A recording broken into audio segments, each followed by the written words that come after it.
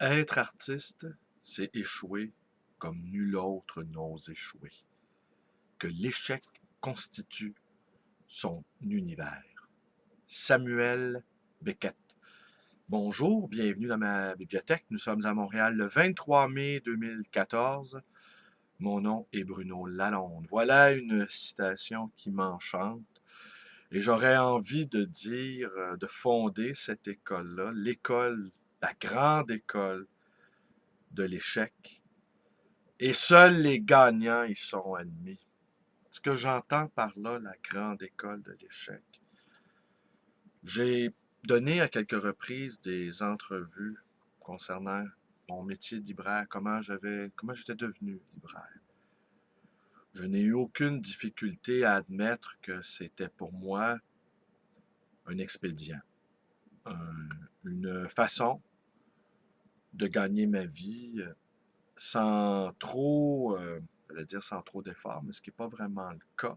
Mais les efforts qui nous sont demandés à nous, petits commerçants, sont des efforts sans gloire, sans...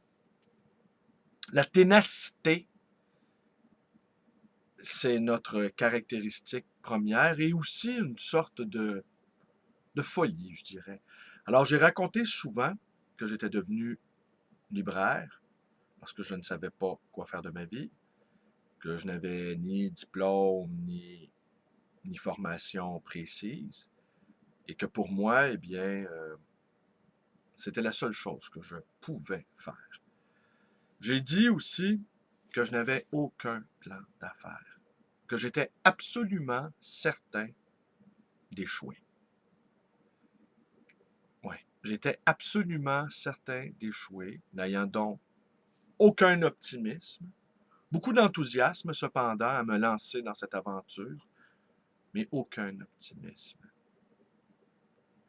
J'ai repris une librairie qui existait déjà, qui elle avait à peine 6 mois d'existence, et celui qui l'avait fondée n'avait aucune expérience et peu de qualité pour pouvoir l'administrer et la faire fonctionner. Il ne connaissait pas bien les livres, ce qui est quand même la condition sine qua non. Mais aujourd'hui, pour opérer une librairie, malheureusement, ça ne prend pas de grandes connaissances des livres.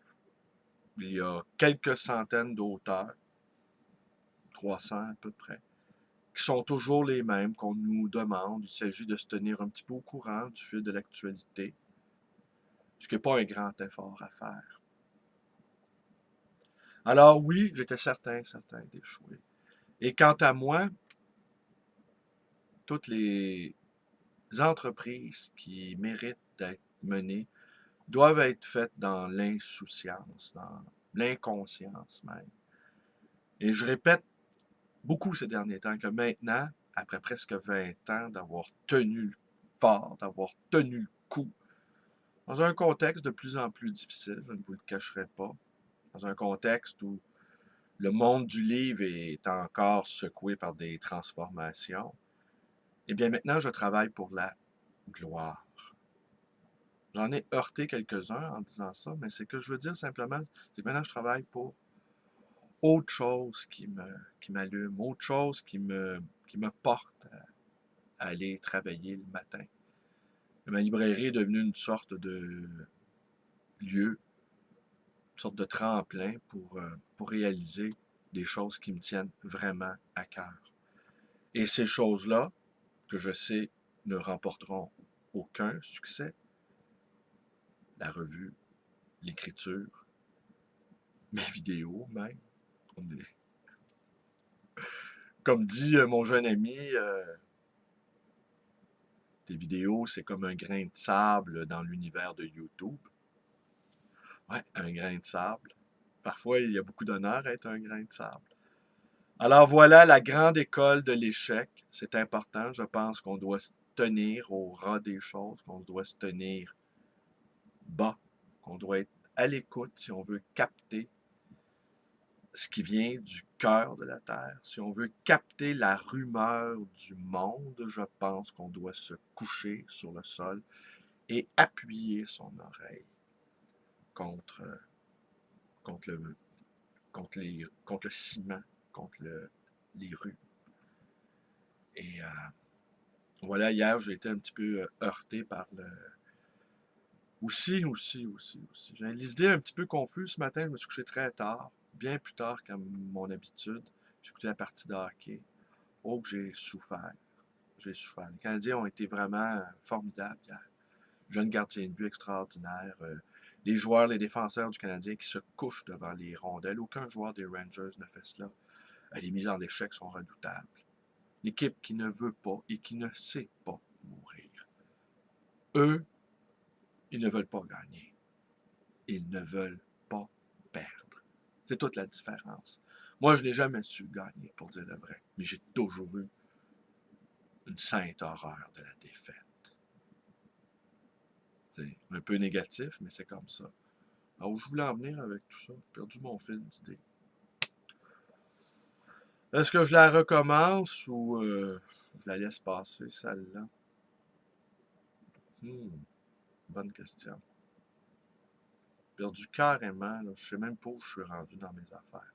En tout cas, regardez, le pire est certain, ça va mal se finir pour tout le monde. La vie, c'est un derby de démolition. On finit à la casse. Nos plans finissent toujours par tomber. On avance, on se fait massacrer, on continue, et c'est comme ça qu'on est courageux. Et puis donc, Samuel Beckett, ah oui, c'est le long poème, l'espèce de poème, le long poème de Jean Barbe. Jean Barbe, mon exact contemporain, né la même année.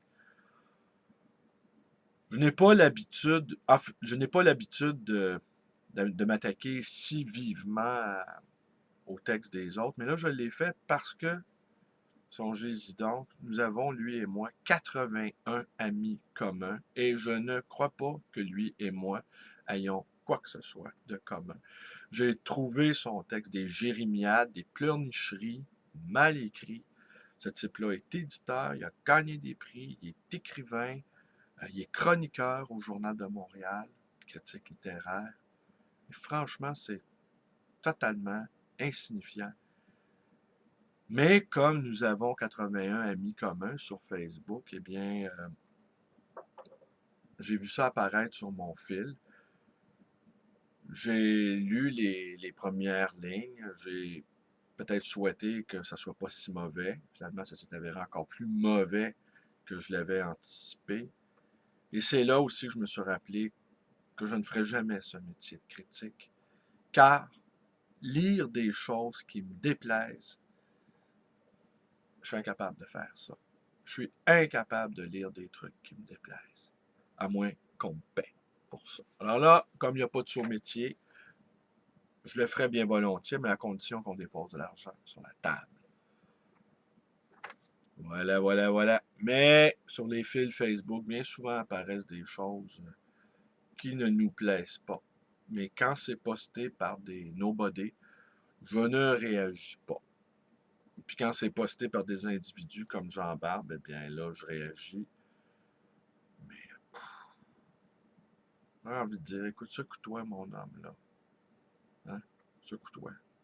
Fais un homme de toi un peu, là. Mais bon. Enfin. Il y en a qui tiennent à s'épancher. Je vous remercie d'être avec moi. Portez-vous bien. Celle-là m'a complètement échappé. Manque de sommeil. Très agité. Merci. Portez-vous bien. Vous connaissez la suite. Portez-vous bien. Portez-vous au-delà de vous-même. La seule façon d'être soi-même, finalement, c'est aller au-devant de soi. Bye.